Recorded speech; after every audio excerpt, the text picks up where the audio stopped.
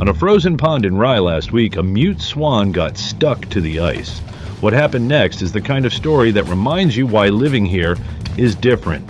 This is the Westchester Brief. I'm Jim. Let's get into it. On the afternoon of Friday, February 13th, the City of Rye Police Department and the City of Rye Fire Department responded to a call about a distressed mute swan that had become partially frozen to a pond. Temperatures had been brutal. The bird was stuck, and the ice made a direct ground approach dangerous for both responders and the animal. So they did something smart. They sent up a drone. Using aerial footage from a police drone, responders could assess the situation from above without putting anyone on thin ice. They could see exactly where the bird was anchored, how much of the pond was stable, and what approach made sense. It turned a potentially risky guessing game into a controlled operation. The swan was freed. It was then transported to Animal Nation, a local wildlife rehabilitation facility where it is recovering. Here's why this story is worth 2 minutes of your morning. Rye is a city of about 16,000 people. It has a police department that operates a drone program.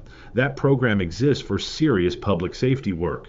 And on February 13th, it was used to save a bird. Not because someone made a big decision about priorities, because the right tool was available and the people on the scene were trained and willing to use it for whatever the moment required. That is what competent local government looks like in practice. It is not always dramatic. Sometimes it is a drone over a frozen pond and a swan that makes it to a rehab facility instead of the bottom of a lake. Animal Nation, which received the bird, is a Westchester-based wildlife rescue organization. Their involvement is a reminder that the county has a working ecosystem of public safety, municipal response, and nonprofit support that most residents never think about until something like this surfaces on their feed. The rescue was covered by Patch, ABC 7 New York, and News 12, and the drone footage has been widely shared.